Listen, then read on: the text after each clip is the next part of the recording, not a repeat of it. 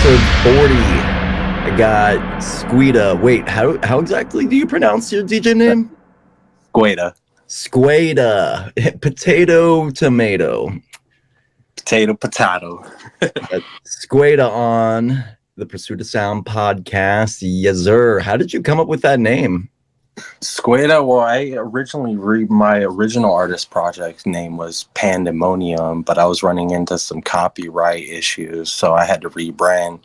Not only with rebranding from that, like I just didn't really feel like it was me. Like I made more the project and came up with the name just as a description of like the type of music that I play, which the definition of pandemonium is like a loud and noisy uproar, and I like to play loud and noisy music. But the rebranded to SQUEDA because it's literally me. Like, so my last name is Mosqueda. It's Mozqueda, and then I took the Moz out and replaced it with a S to end up with SQUEDA. Ah, damn, dude. Wait, so is that like Russian or something? It's Spanish. I'm Hispanic. My dad's from Guanajuato, Mexico. Oh, damn. Are you bilingual? To an extent, yo hablo español, pero entiende más se puede hablar. What does that mean? I said I can speak Spanish, but I can understand more than I can speak. Oh, that's what's up, dude. Yeah, there's gonna be people listening to the podcast and like, bro, your grammar is off. No, one of my goals by the end of the year is to become more fluent with Spanish. Yeah, dude. The apps for that are crazy these days, man. Duolingo is a pretty good one. I'll be using that. Yeah, no, that's what's up, dude. Oh my god. No, it's so funny, dude. Like, just with all the DJ names and stuff, dude, it's like it just recently occurred to me. I was like, man, people's DJ names are damn near like if we were to give ourselves a Pokemon name or some shit like that. Yeah, another reason is like when you would go on like SoundCloud or Spotify with Pandemonium, there's like 7-8 other like artists named Pandemonium and stuff, and like with SQUEDA, before I rebranded, I literally looked up on all platforms if there was anybody with the name SQUEDA already taken, and there wasn't. And I was like, word, it better not be, because that's me. Dude, yeah, exactly, man. It's one of those things, dude, where it's just like I feel like all the names have already been taken damn near. Yeah. What do you think is are some of the best DJ names, actually? Oh, some of the best names? Yeah. I don't know. I never really thought of like the best names. It's always when I come across like certain names, I'm like, oh, that's a pretty clever name. I like it. Like an artist that I thought name was pretty clever was Blurred Vision. Oh, Blurred Vision, yeah. Oh, and they took out the BL, was it BLURRD and then VZN? Right. Yeah, people's DJ names damn near are like typos these days, including mine. It's like ST hyphen exclamation mark backwards 3. Oh my god. Up with a name for your artist like project, you actually have to put some thought into it, because like with your brand, you just don't want it to be like just a name. You want it, and that's another reason why I rebranded, because when I first started doing music, majority of the stuff that I know with music production, mixing, like DJing and stuff, like I've messed with and like taught myself. And like rebranding to the SQUEDA project, it's like with the knowledge that I have now, as far as like having an aesthetic to your brand, networking, promo. Before, I was kind of just winging it. I was like, you know what, I'm gonna do this, see if this works out. If not, I'm gonna do this. Yeah, no, I completely feel that. Actually, I've been like damn near trying to rebrand for a while now, and every time I like kind of shoot names to people, I'm like, what do you think about if I were to change my like alias to this? Everybody's just been like, no, like keep it dblcrwn. And I'm like, I'm kind of over it, to be honest. It's like hard to spell. It seems like Oh, it's not yeah. catchy enough. Like I feel over it, but you know what? It's here for now. So, um, yeah, but you know, Yeah.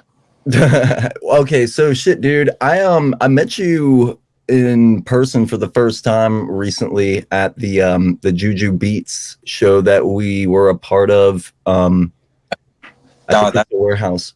dude, that show was so much fun, man. The whole venue aesthetic, atmosphere, vibes, the people.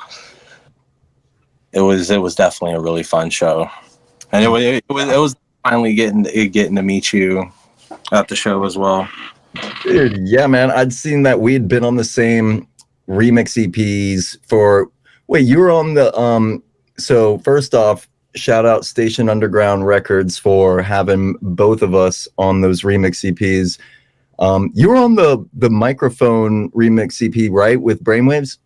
Yeah, That's what's up. Yeah, dude, no, it's both of the remixes you crush, and I was like, huh, dude, I just like love like hearing people's stuff, like music at first, and then getting to meet them and like match the personality with the music after the fact is really interesting. yeah, I totally agree. Yeah, dude. So speaking of Station Underground, yeah, first off, just we love Jay.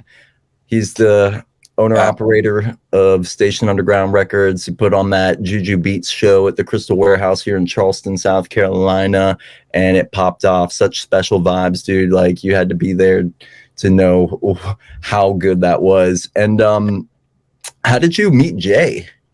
so I met Jay through the first event that I played for Station Underground. It was a Bass on the Nile event. Yo, wait, what? You were there Yeah, too? yeah, dude, with Drinker Water. Yeah. Like it was in that like little camping area. There was like the hill right there, and then the stage underneath that. It looked like a shed that had something on top of it. Dude, yeah, there was actually, oh my God, there's a funny story from that night. What was it? Do you remember something along the lines of like there was like a basically like a fight that was going on? I forget what the fight was about. It was like somebody was getting kicked out from behind the stage in the middle of somebody's set or something like that. Yeah, I remember that. I was on the way back to my tent to go grab some food when I like heard the commotion and saw a little bit of it. Yeah, I forget what it was. Dude, that was a minute. That was what, a couple years ago? Yeah, dude, that was yeah. What year was that, anyways? Man, time flies. It really does.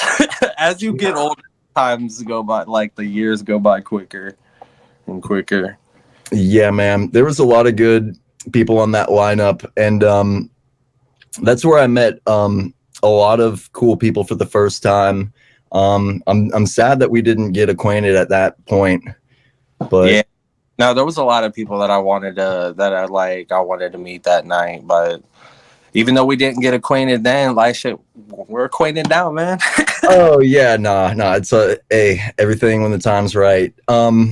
So how did you get on that? Like, how did you meet Jay? Like, what did he reach out to you? Like, So what's if I remember, because my memory is not the best.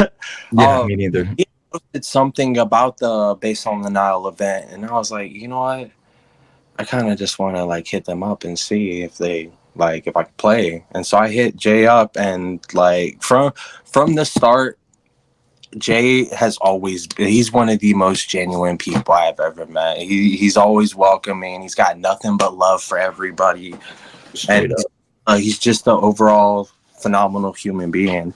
But I had hit him up, and I was like, "Yo, man, saw that you got the event," and I was like, I was wondering if I could play." He was like, "Yeah, man. Like once we get all the details for the event together, like I'll give you more information." And what wasn't there? Wasn't there a group chat for that? Probably. I forget now. But whenever I pulled up to the event, that was the first time ever meeting like a lot of the Station Underground people. Damn, son. Okay, so then you reached out to him, and then y'all met that day at Base on the Nile. Yeah, like I had reached out to him probably like 5-6 days before the event, and then as it got closer to the event, he had hit me back up, double checking, and then packed up my stuff, got my flash drive and everything, and then headed to the venue. Word. Yeah, man. That one was one for the books. Um, yeah, so you got to play on the main stage then, right? Yeah, That's what's up. Yeah, had that like triangular truss thingy yeah. going on. Oh my god. One of the things I like to about going to different shows and going to different like events that people put together is like their creativity with the idea that they come up with a stage. Because Jay's lit almost every stage that like for the shows that I've been to or have played with Station Underground or just even went, because I've been to Station Underground shows without even playing, just because I thoroughly enjoy the vibe of Station Underground events. And I lost my train of thought for a Well, second. which ones did you go to then? I went to a couple of the ones that down at the Purple Buffalo, the Base on the Nile one, the Juju Beats one, the Microphone EP, the Import show. I played that as well. Yep. And then I think there was an event at Bang Bag. I think it was called Bang Bag Pinball Lounge. Okay, Bang Back Pinball Lounge. Yeah. No hate. Where was that? Like freaking Myrtle? I think it was in Charleston, Oh, what? either Charleston or Columbia. Okay. It was dope walking in and seeing a whole bunch of just like nostalgic pinball machines. I'm not gonna lie, I definitely played a couple games. Wasn't any good at it, but I tried. Dude, yeah, pinball, man, back when video games were simple. It's not even like a video game, but back when games were simple, now it's like if I'm not playing virtual pinball online with a bajillion other people putting bitcoins on the line, then I'm not about it or whatever. Like freaking A.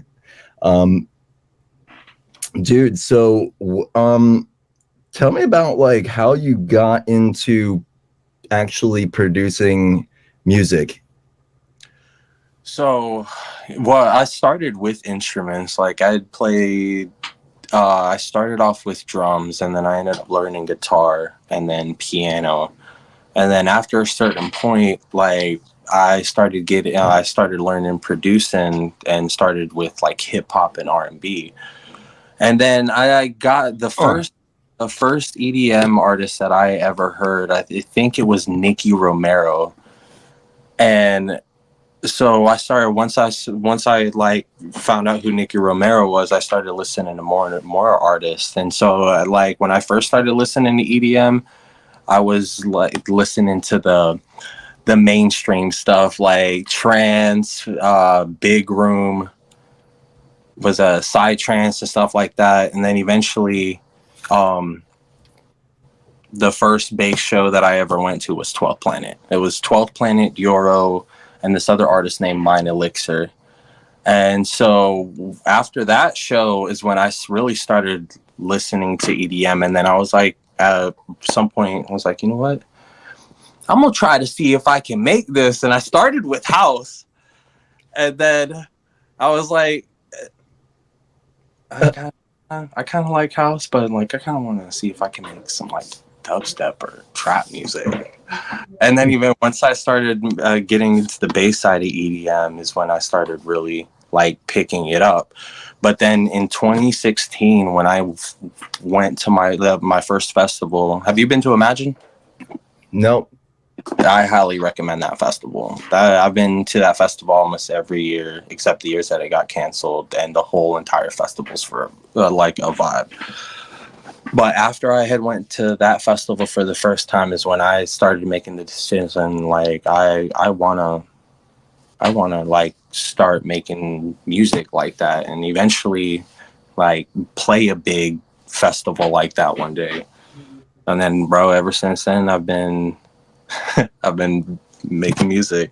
But when I first started producing, it was probably like 12, 13 years ago. Golly, so you touched on a lot of bases just then. Let's run it back. So the My bad. fact I don't uh, okay. run it back. Sorry, man.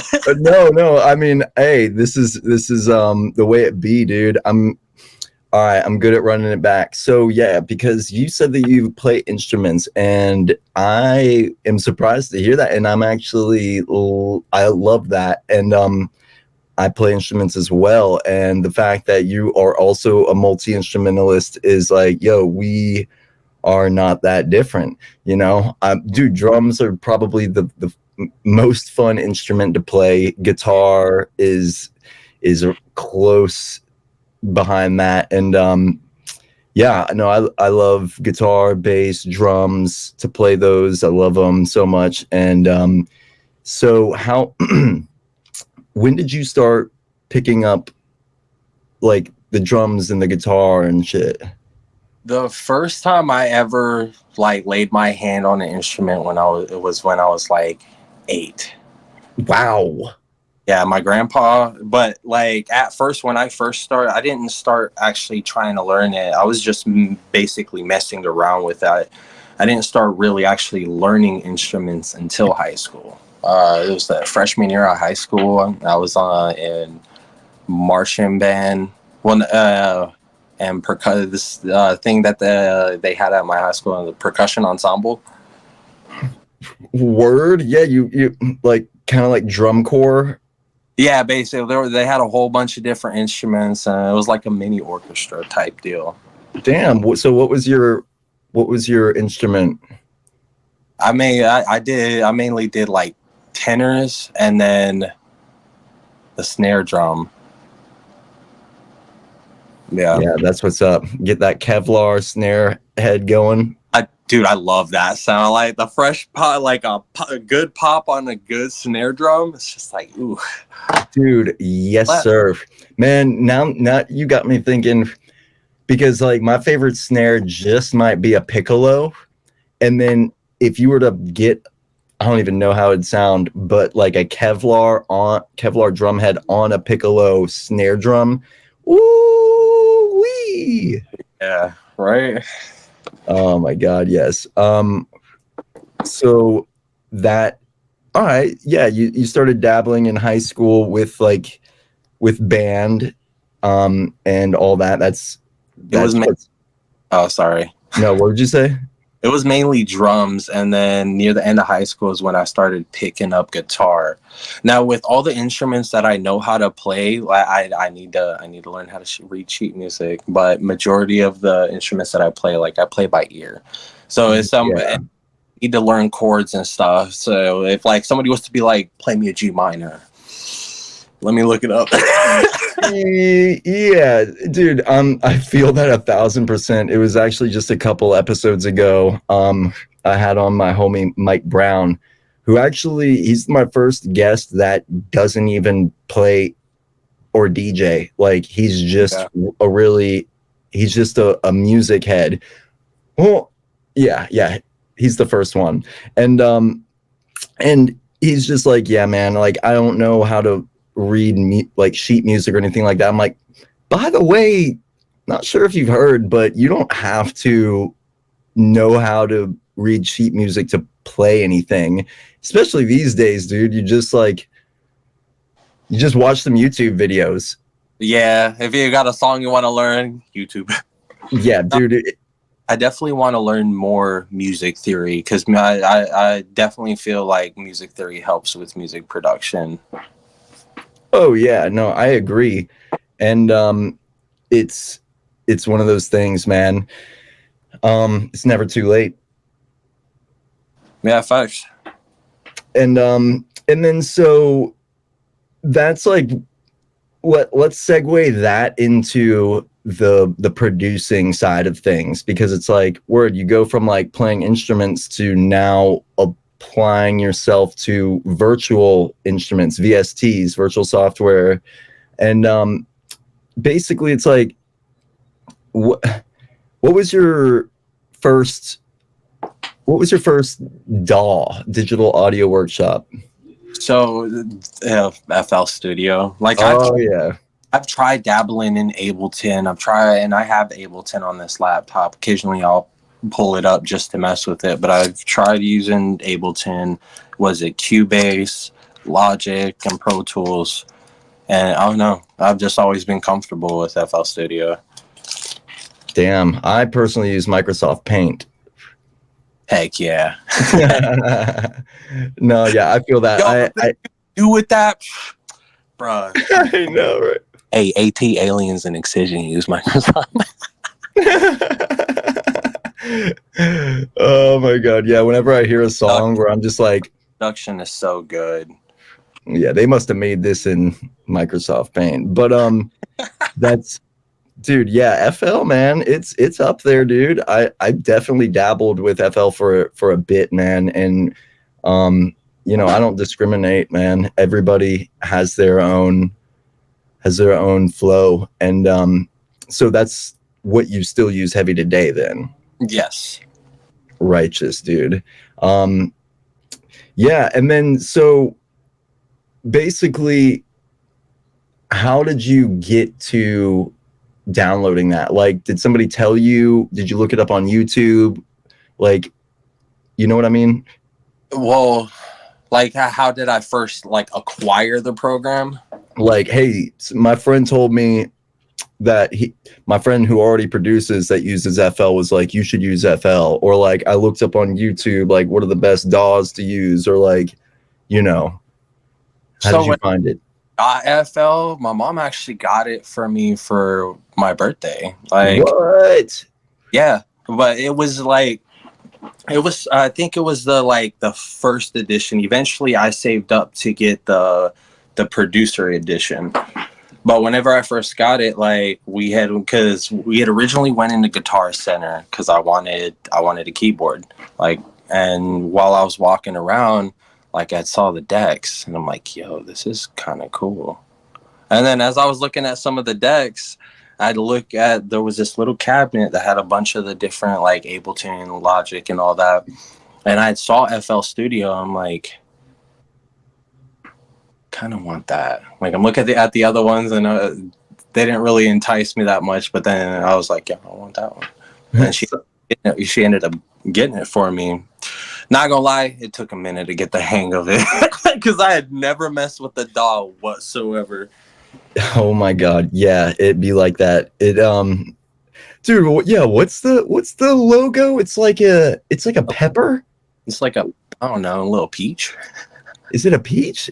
Makes me wonder. Yeah, because I was like, habanero pepper.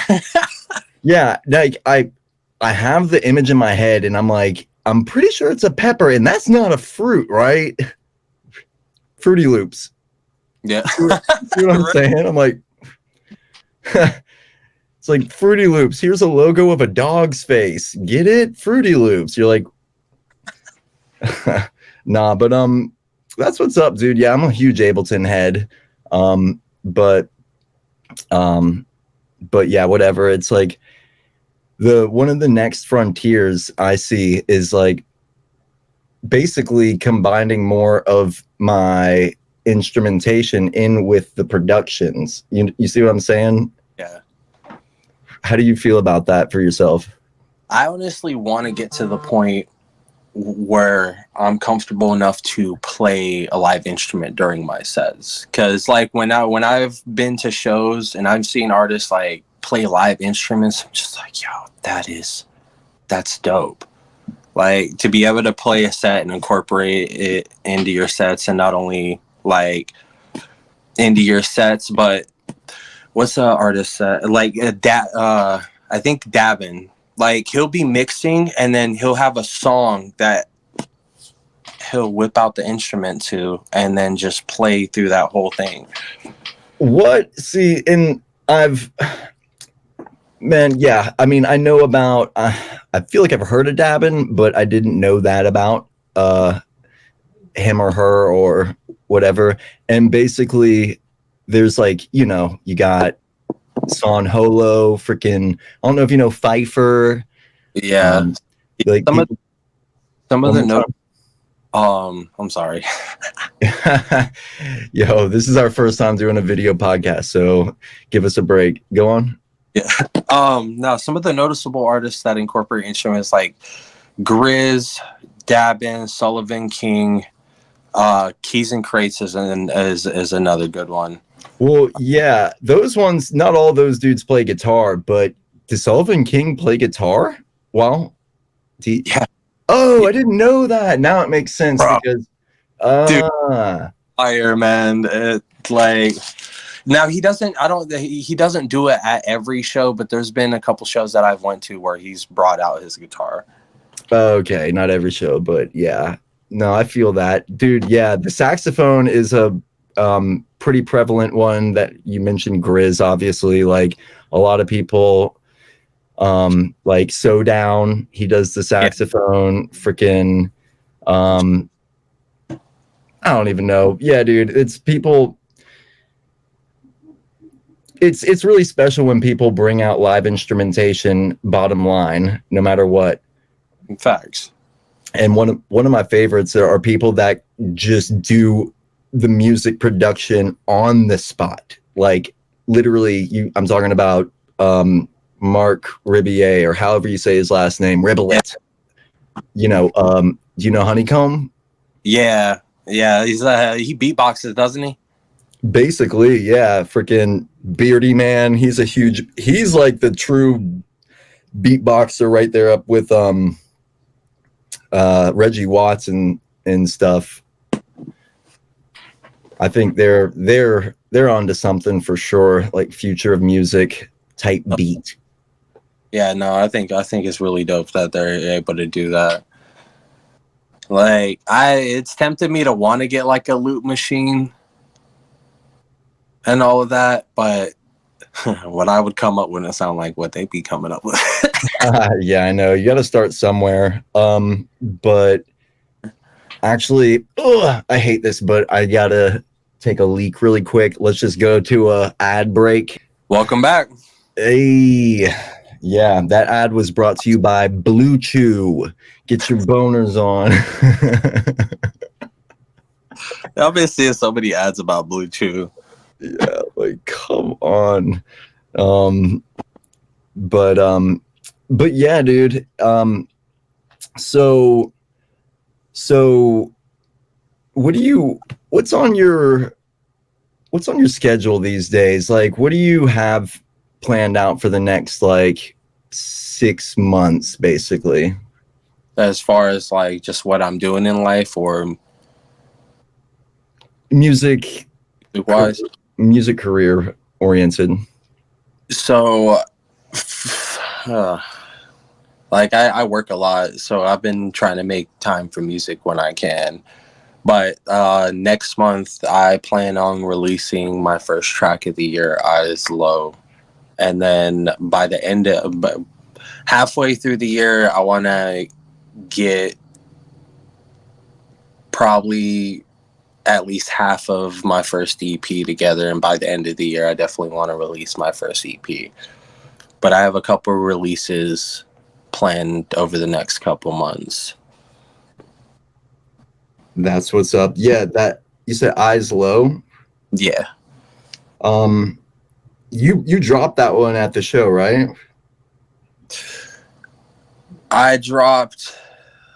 No, I didn't drop that. I dropped my track Think Twice and then my remix to Mac Miller and Miguel's Weekend. Okay. Well then, But I was planning on dropping it, but at the time I didn't think to look for it to drop it. Don't you hate that where it's like you're done with the set and then you're like, wait, It's like why didn't I? you'll plan for a set, but like, all right, yeah, I'm gonna drop some originals tonight. I got X amount of originals, and these are the main ones I want to drop. Up other ones that weren't on even the list of the ones planned to drop. No, exactly. The amount of times I put up like a playlist, like I'll devise like a, I don't even know, maybe like a 60 song playlist, and then I just end up going into like only half of that, and then going into like old playlists just because I'm like, yeah, these ones are tried and true actually. So, or while you're going through that playlist, you'll hear a song, you'll play a song, and then a light bulb will go off, and like, yo, I know what song would go perfect with this, and then go to another playlist, and then start. Dude, yes. What controller do you use to DJ?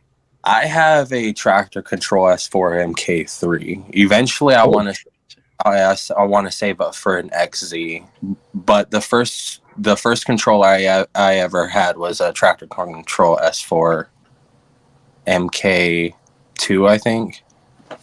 Shout out to the Tractor gang. In fact, you know, y'all are doing it different. But you still rolled up with those thumb drives, so yeah. Even though I use Tractor, I still like to analyze tracks through Rekordbox because I wanted to start learning how to play on CDJs. Just because, like, you won't see a Tractor set up on at a big event. majority events either use CDJs or the XDJ XC. Yeah, basically. I mean, you know, yeah.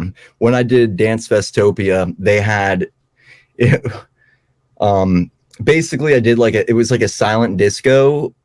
So when you go to do your Yellow Brick Road competition, keep in mind that if you win, it's going to be a silent disco, which, you know, it is what it is. It's better than nothing. And it's fine. That was my first silent disco, but they had a hodgepodge of different controllers up there because what we did was there's 3 DJs on at the same time, and there was just like different setups. I did rock, paper, scissors and for the XZ, because I didn't want to play on anything else. Like I prefer a controller over CDJs, and so I won that game of rock, paper, scissors, and I was like, yes, all right, here we go.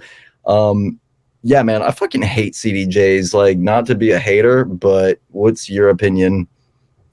I mean, like, I like them. I don't really have like, I don't know. I don't mind them. Like, I wouldn't say I hate them. I enjoy them just for the simple fact it's standalone. You plug in and then like play off the flash drive.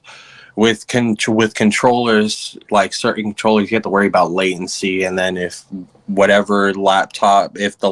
specs of the laptop that the controllers work, like example, I need to get another laptop. Windows 95. Practicing mixing on my controller, and like my laptop will start lagging, and then it'll start clipping and just skipping and stuff. What? No, that definitely sucks ass. But even just to kind of disagree with what you're saying, in an endearing way, fucking CDJs, I swear to God, like, it's not the same response time as DJ controllers. Like, for instance, the XZ. So the XZ is a DJ controller that you can use with or without a laptop, which is cool. The price point sucks. I've got so many bones to pick. My main point. Hey, I'm not not hating on controllers by any means. I'm just like for my laptop and my controller setup. Like I've played on controller setups where like I didn't experience no lag, and that's because they had a pretty good laptop. Dude, and just to even like counteract what I just said, the CDJs that we used at the Crystal Warehouse show with Juju Beats, those were actually responsive. Like the moment I hit the little button for the hot cue is the moment that it actually responded. There's so many times where I'll hit it and it just is like, you hit it, boom, now it plays. Like a freaking half. That is one con. I'll agree with you on that. But those were Nexus 2s. But there's been some CDJs that I've played on that have done exactly what you're saying. Yeah, dude. And so I just like the playability of like if Pioneer were to release some CDJs with actually like the hotkey square pads instead of like the little tiny rectangular ones that have 2 hotkeys per button, I'd be way more into it. Have to hit that button at the bottom to switch over to the next set of hotkeys. Yeah, it's not the same because then all of a sudden it changes up the complete playability of that hardware. Like when it's a DJ controller and you got the 8 pads, it's so easy to like go into routines. Like you could just literally like, you can play off the hot cues easier. It's like CDJs. It's like you just have to like press play and just, you know, it's the mixing is different. You have to I feel like it's more basic. Like you have to simplify your mixing style with a CDJ versus with a DJ controller, and that's like my main frustration with them. Yeah, another thing that I realized at the Juju Beats show was that like you can't record sets on CDJs. Yep, exactly. I'm trying to call you out, Pioneer. Bro, when we was doing back to back that night, dude, we should have, man, if we could have recorded that, bro. That's what I'm saying. I'm not sure if you know, but I don't know if you've seen something like this before. Bruh, yes. What, you can have the dongle on there too. Like, yeah, yes. I feel like that's gonna be the screen cap thumbnail. Straight up, man. I've been having to put people onto these. It's like, yeah, boom. You just plug in like the booth output 1/4 inch straight into that, put it into your phone, stream that, boom, download that file. Then you can, but see, that's why I'm like, Pioneer won't let us have it all in one package. Yeah. Apparently they're rebranding or either combining with another company or rebranding to Alpha Theta or something like that. Yeah. I haven't heard that. You looking it up? Yeah, I am. Let's see.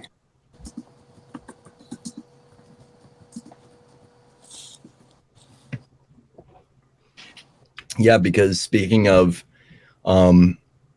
sort of teaming up with things like that, it's Rekordbox actually, if I'm not mistaken, recently bought out Serato. Did they? Pretty darn sure. Like it's not like they changed the name, they retained Serato. I feel like they just absorbed that business entity. Don't quote me, but it says Pioneer is a brand that has sat under Alpha Theta Corporation's name since January 1st, 2020. The company then sold in March 2020. Well, January 1st, 2020. The company then sold in March 2020 from investment firm KKR to Noritsu, a Japanese holding company that also makes photo processors. Huh, fun fact. Damn. You don't know, now you know. Yeah. That's interesting. What's your dream controller? Like to have probably an XZ, honestly. What do you have? 3,000, like $2,000 or $3,000 later, you'll have your XZ. Yeah, that's another reason why it's like a long-term goal. But you're familiar with like Sweetwater and Z-Sounds, right? Yeah. Yeah. So I'm not sure if you know, but they've got pretty good financing plans. Word. Yeah, I haven't gotten anything from them. Like the last where I got my my controller now from was, I think, American Music Supply. Yeah, I'm pretty sure I've heard of them. AMS. Yeah. That's what's up.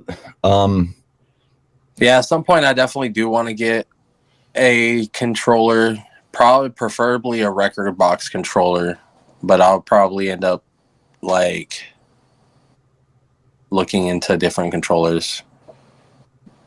I haven't really thought about getting a new controller anytime soon because, you know, life has bills and priorities. You're telling me, man. It's yeah, they're all overpriced, man. Everything's overpriced these days, dude. I mean, come on. You got a nickel and dime the DJs, dude. Like freaking $2,000 for a DJ controller, man. I can't even like yeah, dude. The only reason I even got my new controller, which is a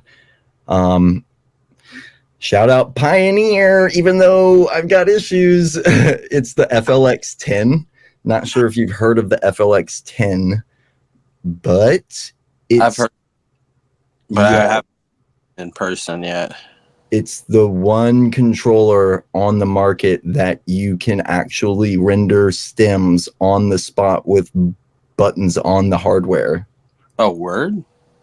Dude, yeah. Literally something that every single DJ controller should have already had, that I've wanted that for DJ controllers for ever since I first started DJing, and then the technology has only finally caught up. And that is the FLX10. You've got buttons for, you can solo out vocals, and then you can also solo out the instruments, and then you can solo out the drums.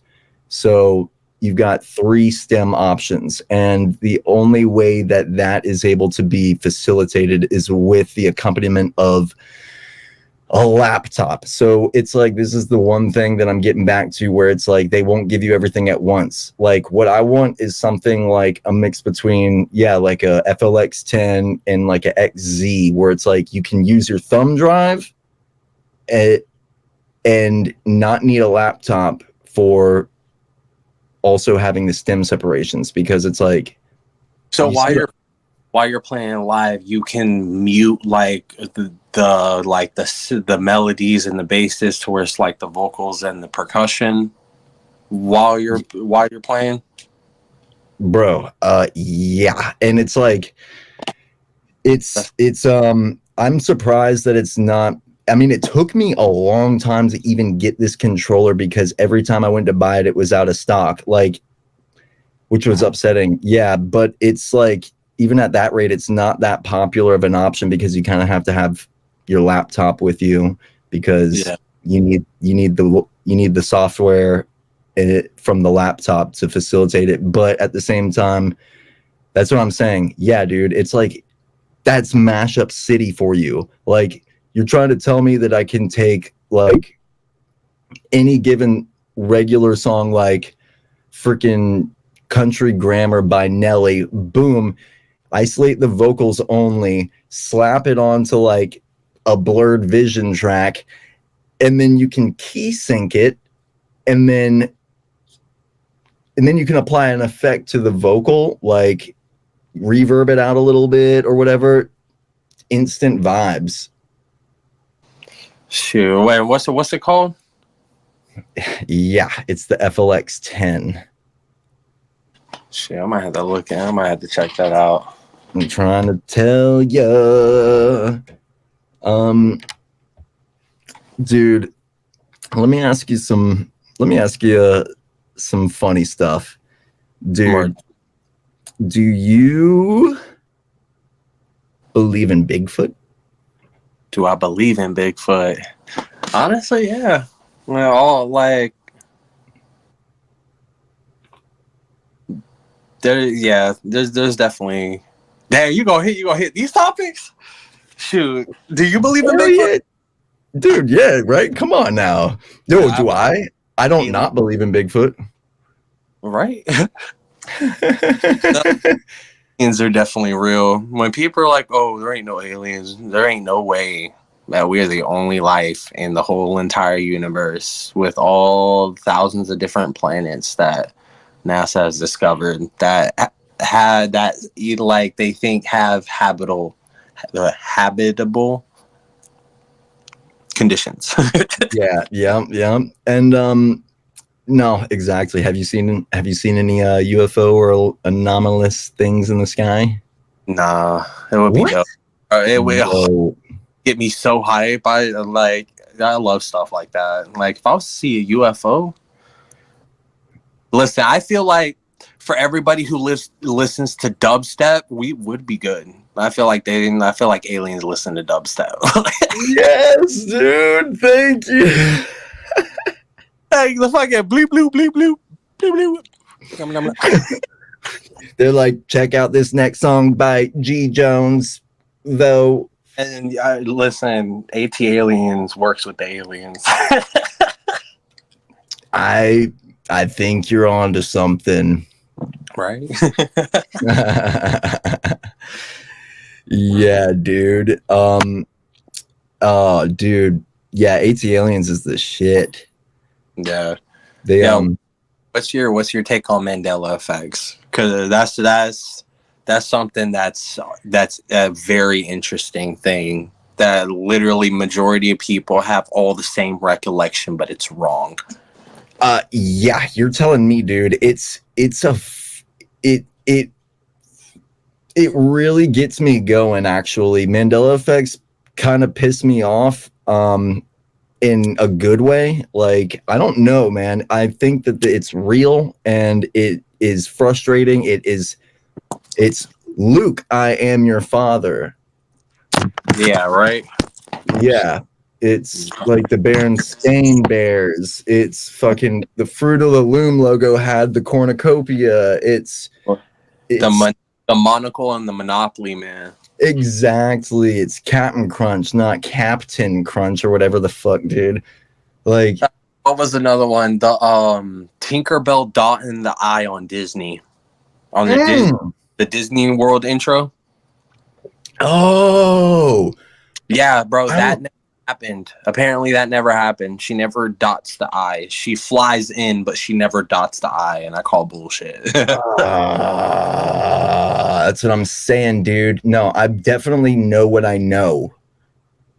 That's all I'm saying. And so yeah, it was actually like I was actually recently watching some Mandela effect videos, and there's just like some weird thing going on right now where it's like if you have a old school cell phone, like say with a camera, like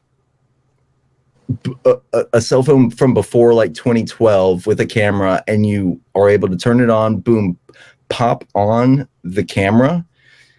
And this is where I'm like, all right, listen, I don't believe everything I see, because video shop is a thing, video editing is a thing. Yeah, what I've seen lately is that you take the old school cell phone, say you have a Berenstain Bears book, boom, you pop out the cell phone, you pull up the camera, and you look at the book, and it shows it in the way that it used to be. Like what? Like different dimension type deal. Like this cell phone's from before. Different universe, parallel universe. Yeah, it's all fucked up, man, and I blame CERN. That's what I'm saying. Yeah, no, thank you, dude. I love conspiracy shit, dude. Are you kidding me? Yeah. Dude, like what's another one? The flat Earth theory. How Antarctica is an ice wall, and then like or the sky is like the firmament was like water above the sky, and that we've never left Earth, and that also behind the what's called the Arctic wall is 5 other continents. I mean, all I'm trying to say is that there's certain things that you should not be able to see from certain distances that you can see, and it all of a sudden contradicts the mathematics that are behind the sphere of, like, the equation for the sphere of the curvature. Like, oh, you wouldn't be able to see like this certain set of buildings from across this lake because it's too far away, and it should be like a mile and a half beneath the horizon. But if you zoom in with like a P900 Sony camera, then all of a sudden you can see it, and it just immediately debunks the bro. Don't even get me started. I'm not saying the earth ain't round. I'm not saying the earth is flat. I'm saying that based on the equations, shit ain't adding up. That's what I'm saying. And the government only allows us to know what they want to let us know. Dude. Yeah. So man, outside of that, dude, what is your favorite artist right now? Oh, there's a couple. Like my favorite artist I've been listening to recently has been Amorphic, Louis J, Exotics. Oh, I've been jamming to some Detox Unit recently too.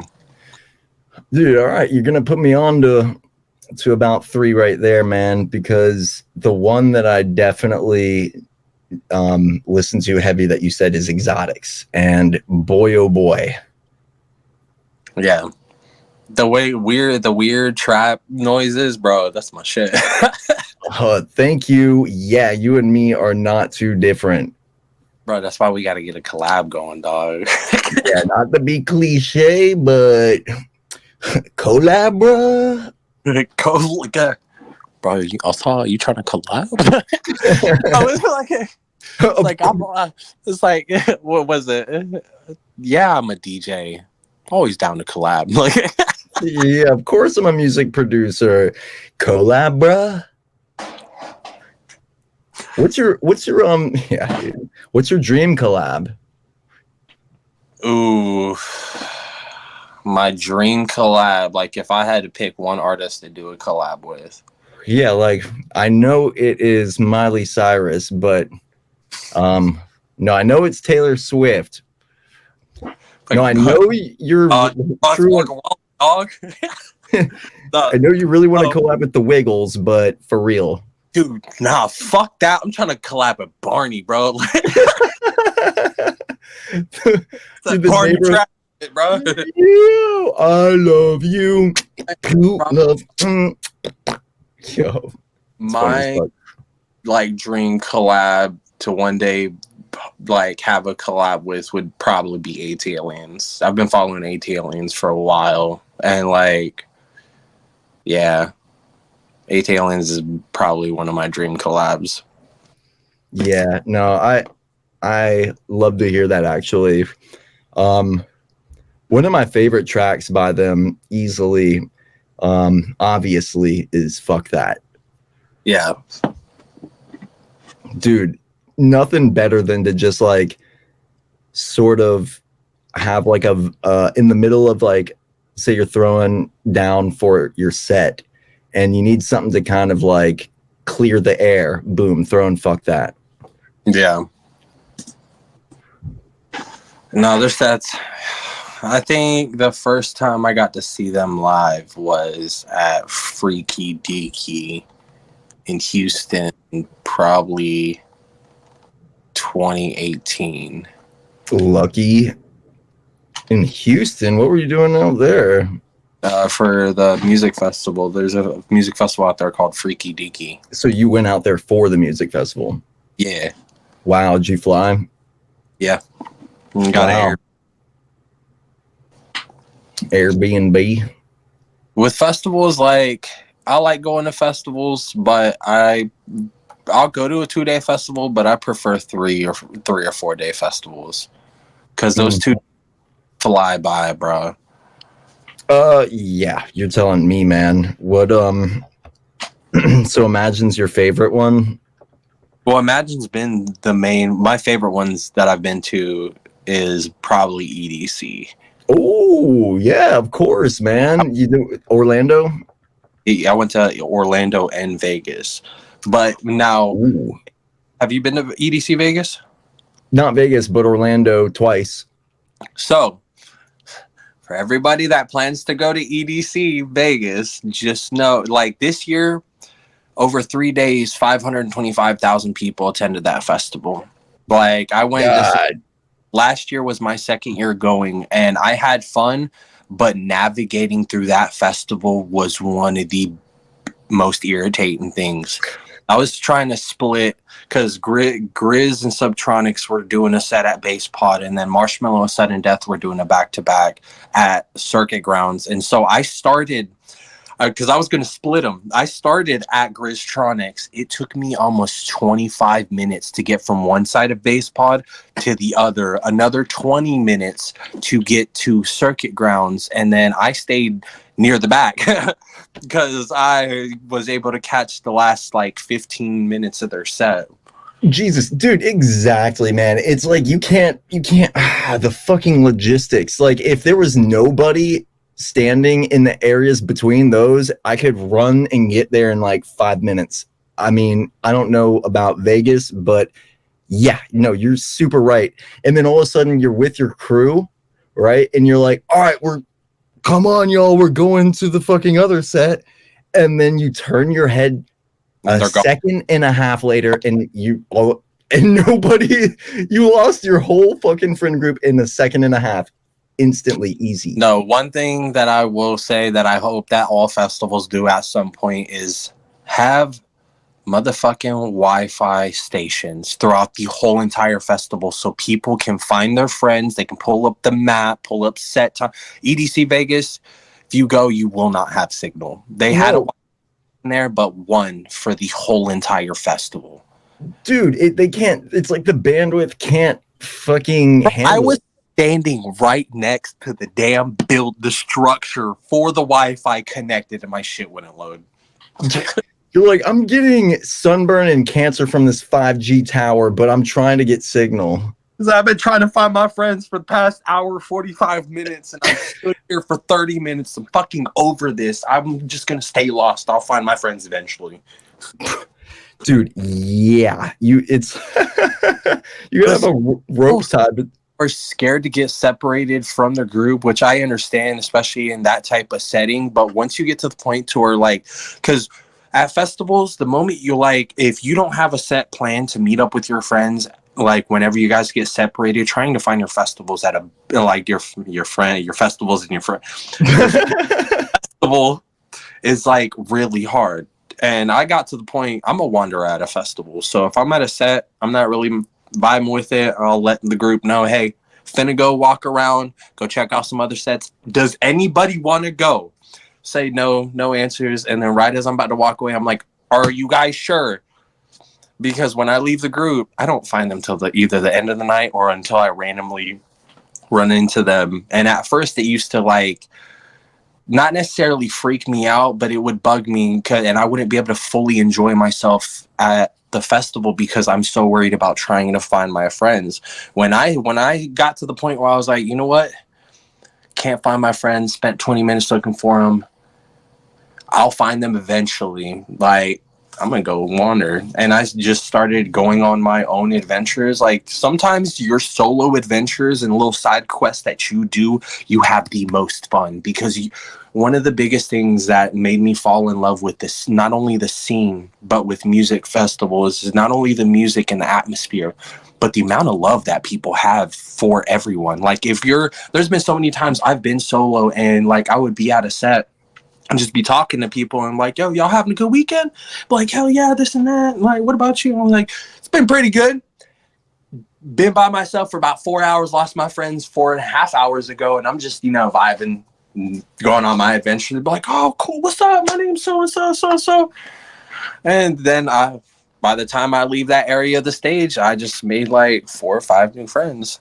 Might probably don't remember their names, but I remember their face. Yes, dude. Okay, and then so let's go into like a most hilarity example of a moment you've had at a festival. Okay, all right. Just the first one that came to my head, based off of what we were just saying, is the last when I was at EDC Orlando this past 2023. Was, dude, okay, first off, there's so many examples, but this is the first one that comes to the brain, where we're like sitting there, we're like vibing out to like, I fucking get who it was, and then basically like this one dude comes up and he starts talking to my girlfriend, and he's just like, he's trying to say shit, but you know that he basically got super soaked with some acid. Like like, I'm trying to tell you, the whole entire time he came through, I couldn't understand an actual single word. Like it was the everything he said, it was literally gibberish. And then meanwhile, my girlfriend's like, yeah, blah, blah, blah, blah, blah. I swear to well, that come across that you can't understand a slick of what they're saying, but you don't want to be rude, and you're like, yeah, you kind of interpret your own way of what they're saying, go off of their body language. You're like, yeah, bro, that's crazy, man. yeah, but then like it's just it gets to that point where it's like they don't want to leave you alone, and you still don't know what the fuck, like they're just literally on the 12th planet, pun intended. Yeah. See, with people can like, and with festivals, people are gonna take drugs at festivals. Like I can go and take some psychedelics at a festival, but I can also go to the festival completely sober and still just have just as much fun. Way I look at it, if you are going to consume what you decide to consume at festivals, you got to know your limitations. You have to know yeah. I was concerned about this guy. So what's like a funny story that you've had at a festival? Oh man. All right. It was with my homeboy Brandon. I think it was at what was it? It was at Imagine last year. So it was the first day. Well, no, it was the second day. Me and him had walked in the second day, and like right as you walk into the main gate, there's an Amazonia stage, and you have to walk up a big hill. And me and him were walking up the hill, and so we see this dude with a totem, and like it had Nemo on it. Like to find Nemo. Like, where's my fucking son? And so when I saw that, because not gonna lie, Finding Nemo's one of my favorite animated movies. It's a dope little movie, and so that caught my attention. I was like, yo, that's fucking dope. I like your totem. And so as the night progressed, it was probably we had went into the festival grounds probably 4 o'clock. Well, it was probably about 11:30, and we were near the main stage, and me and him had gotten some food, and we were sitting there and just talking and just watching the set and stuff. And so we see that same dude like walk by, and I guess he's lost because he's by himself. And you know that look that people have when they're you can tell looking for someone. And so I turn to Brandon, and I'm like, oh, it's homeboy. It's the Nemo dude. As I'm sitting there and talking to him, in the distance, I see somebody walking up, and they're orange. And this motherfucker walks up to the dude with the totem. The dude walked up was in a fucking like clownfish costume. And so well, like they were standing next to us to where we could hear where they're talking. And the dude in the clownfish costume goes up to the old dude with the totem. And he was like, "Bruh, Dad? No way, bro. This is where the fuck you've been at, dog? Bro, you've been in the ocean looking for my ass, and come to find out you've been at a damn festival." And then they just started both busting out laughing. Me and Brandon were dying laughing. Low-key, I almost choked on my slice of pizza laughing. Which food at a festival, bro? That shit's ridiculous. At EDC Vegas for a pizza, I think it was like a 13 or 14-inch pizza was almost $100. It was like $87 for a pizza. For I think it's like six sushi roll, it was like $65. Excuse me? There was a bottle of fucking liquor that was $65,000 in bottle service. What? Who? Dude, like go to Google and type in EDC bottle service menu. It was a 70-liter bottle of liquor and 65 grand. First off, I'll turn that into a reel and I'll bring in the video clip. Second off, we're about to wrap up here. Oh, word. Third off, I watched this video and it was about EDC Orlando, and it was somebody that it's in a stadium area called Tinker Arena, and Field, right, or Tinkerfield, blah blah blah. Somebody at EDC, like however long before the festival happened, literally dug a little hole, yeah, and then buried a bottle of fucking alcohol, and then found it, like, and then all the months later they pop up the festival, boom, go dig up their bottle. There you go. You got your bottle of alcohol. Festival. Yeah, talk about a ground score, dude. Last question before we wrap this up. What's your best ground score? My best ground score at a festival? Dude, I wouldn't necessarily say I had a best ground score, because all the ground scores that I got, I ended up losing. So I just took that as those ground scores weren't meant for me. Well, even one that you lost, what's the best ground score? Probably a pashmina. There wasn't like an artist pashmina, but like it was a UV reactive pashmina, and like without UV light, it was like this type of swirl pattern, but when you hit UV light to it, the pashmina looked completely different. That's pretty cool. Now let me tell you my best ground score before we wrap this up. EDC Orlando, the first time me and my girlfriend went, and we ended up like running into like just some other random couple. They were cool, blah blah blah. We were walking around. I saw on the ground a fucking wad of cash. I'm telling you. I was like, what? Picked it up. It was $400. Oh man, Now get this. I was like, yo, nobody saw anything. What the fuck? And then like the boyfriend of that couple was starting to kind of like get on me. He's like, yo, let's take that to Lost and Found. I was like, excuse me? It's like, God gave this to me.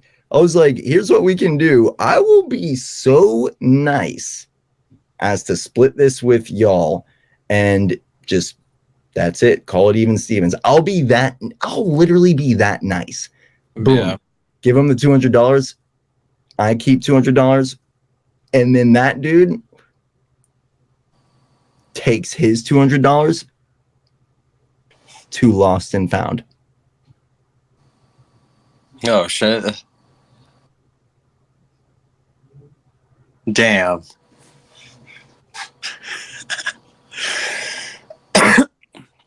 That's wild.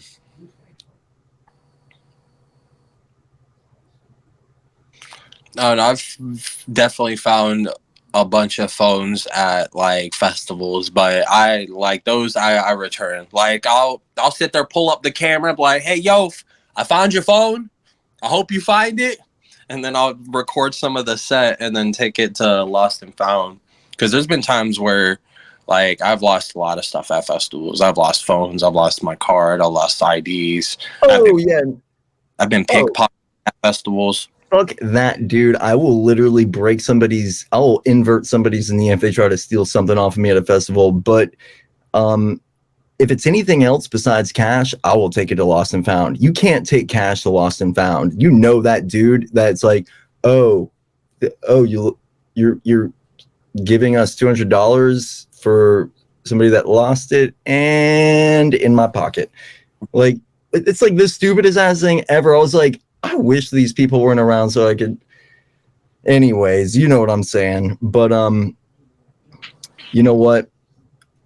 Go ahead, plug your socials in for everybody really quick. Tell them how to find you and listen to your music. All right.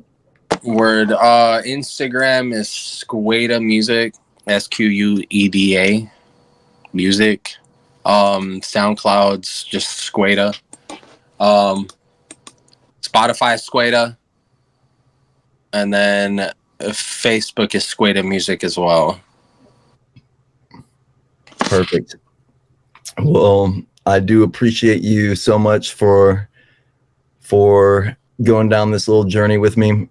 I appreciate you having me, man. It's the first podcast I ever done. So hey, that was a really good one, actually. Yeah, nah. It was definitely enjoyable. I'll be down to do this again.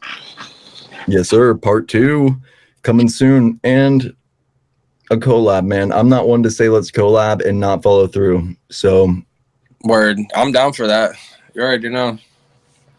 That's what's up. All right. Well, then, if you could end this podcast with one word or phrase, what would it be? One word or phrase. A word or phrase would probably that I'm gonna choose is probably you have to go through hell to get to paradise. And to me that means that whatever goals and like achievements that you have set to like achieve in life is gonna throw all sorts of obstacles and things in your way that are gonna test the very fabric of who you are as a person, make you feel like giving up, make you feel like you're not gonna progress the way that you need to. But you just got to keep pushing, because I truly do believe that every single person on this earth is going to be at the point in life that they deserve to be and that they want to be. It's just a matter of pushing through all the trial and tribulations that life throws at you. That's a sweet sentiment, man. I appreciate hearing that, and so do our future listeners.